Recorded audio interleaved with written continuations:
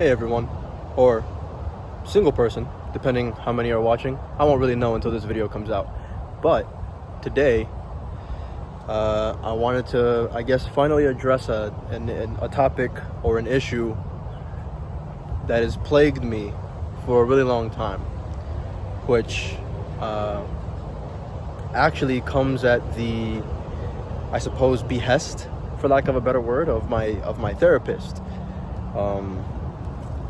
Who suggested that, given the progress I've been making, that maybe others could also benefit from also hearing about this issue, this topic, this problem that I had been dealing with for a very, very long time, that I had been trying to overcome for a very, very long time, which I am slowly but surely overcoming. I feel as though maybe I have overcome it for the most part, but I don't know, I'd say maybe I'm like 95% of the way there, but who knows, time will tell for sure. Time will tell for certain.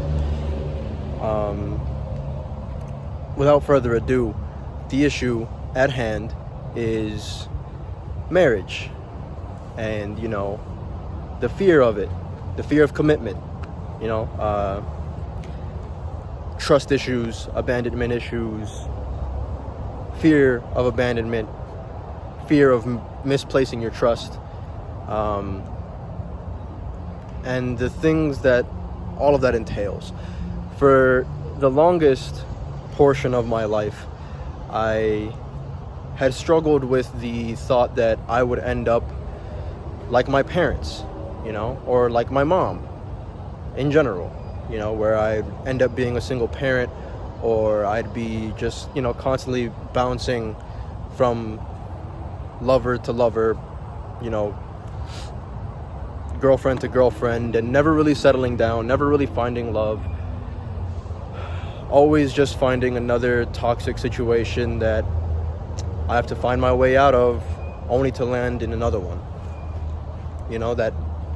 That fear that maybe true love doesn't actually exist, that maybe marriage isn't a thing we're capable of, that maybe it's not something we're meant to do, that maybe monogamy is a figment of imagination, it's a man-made construct that we're not meant to adhere to.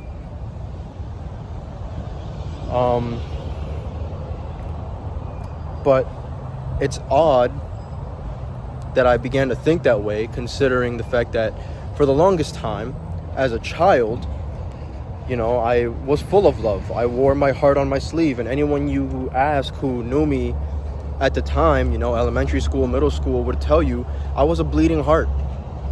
I loved very openly and very, very deeply and passionately. I wore my heart on my sleeve. I just loved, And I think that as I got older and I started experiencing more heartbreak, more hardship, more getting cheated on, stood up,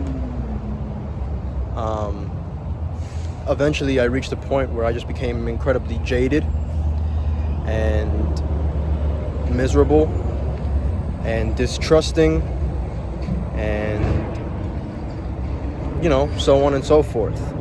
It became easy for me to blame my experiences and the things I had witnessed and seen growing up for my inability to love someone as deeply ever again. To blame that for my complete abandonment of the idea of the institution of marriage, loud truck, and monogamy, being kind of in a relationship with one person for the rest of your life, right? But it doesn't make sense when that's all that I wanted growing up. And then I reached a certain age And I started convincing myself that it wasn't what I wanted anymore. And I feel like for a lot of people, maybe that's the case as well. Where, you did want this for a really long time. You did want marriage, the family, the kids, the wife and or husband, whatever, what have you, the nice house, sending your kids to school, getting to come home to the same person that you love every single day, and just kind of living happily ever after, right? Having that fairy tale. Obviously that's not to say that every day is going to be a fairy tale, because relationships are relationships. They require work. There's going to be moments where you don't really like your partner. There are going to be moments where you feel like you've fallen out of love with your partner, where you're bored with your partner. But that's what it is, The main thing is that you overcome that, right? That you find a way to fall in love with your partner again. That you find a way to make your partner exciting for you all over again, right? Because we grow, we change, we get older, we develop different thoughts, opinions, tastes. But as long as you're willing to fight for it and work for it, it can be a happily ever after, fairy tale ending forever. And I guess that wasn't something that had properly registered in my mind as I had continued to experience not happily ever afters. But I think a lot of people maybe have gone through something similar and have become jaded, and bitter in their own right as well. I'm just here to let you know that you don't have to be that way. I'm overcoming it by allowing myself to love again, as deeply as I can, as passionately as I can, even if it means me getting hurt in the end. And I'm really hoping I don't get hurt right now. But it's I think it's a better way to live, because then at least at the end of it, I can walk away, if I do get hurt, knowing that I gave it my all.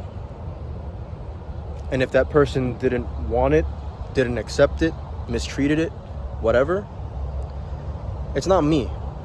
It's not on me. It's not my fault. That person just wasn't in a place where they were ready to have that yet. And that's also to say that maybe the blame isn't on them either, They haven't reached that point. And that's okay too. Not everyone has to be on the same page as you when you're on that page. We're all different. We all experience different things at different times. We all come to different places in our lives and different moments. So it's odd to expect someone else to be on the same page as you all the time. Especially one as serious as the concept of, marriage and all of those things.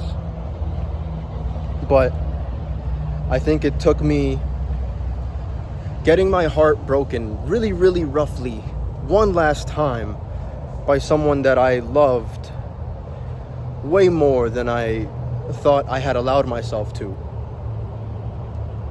really open my eyes to the fact that being closed off, having my walls, having my guard up, allowing myself to not trust further, giving this person the trust that they deserve and that they need, wasn't a way to be. It's not the way to be. Life becomes a lot more beautiful when you allow yourself to just feel,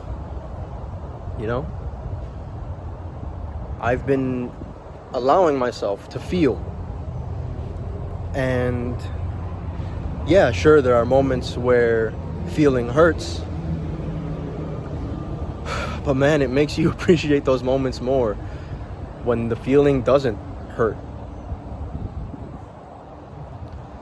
Like, I'm just standing around outside right now and I feel great just looking at trees and stuff. It almost makes me forget about any pain that I was dealing with, because allowing yourself to feel means that at any moment the feeling can change, right? But having awareness also means you can affect the feeling and how it changes and how it affects you and how you change. And I think that in and of itself is a superpower that everyone should strive to have. I'm working on it, trying to get there. I'm kind of getting there. And yeah, you know, don't be afraid of love. Don't be afraid of the potential that you'll get your heart broken, because there's always going to be someone else, you know? Don't be afraid of allowing yourself to love too deeply for someone else. If they can't handle it, then it wasn't meant for them in the first place. And that's something I also had to learn the hard way, because I was a very deep and passionate lover, and someone wasn't ready for it, and I thought that that meant that no one ever would be. But that's not the case, because I may have potentially met someone who might be the one that can handle it, you know, that is ready for it, that does want it. So I'm trying to open myself back up to hopefully allow this person to experience that side of me that they never got to experience. And we'll see where it goes. I'll try to keep you guys updated if you guys are interested. If so, I guess let me know. If not, I guess also let me know. But yeah, if you can relate at all, I would appreciate you reaching out. It's nice hearing from people who are in a similar headspace or who have been through similar things, you know, because like I always say, you are not alone. You are never alone. If you're feeling miserable, lonely, depressed, anxious, angry, or just genuinely need to talk to someone, I'm here, as always, 24/7, 365. Just message me in one of the socials in my description, and I'll get back to you as soon as I can. And that's a promise. I guess that's all. So, peace.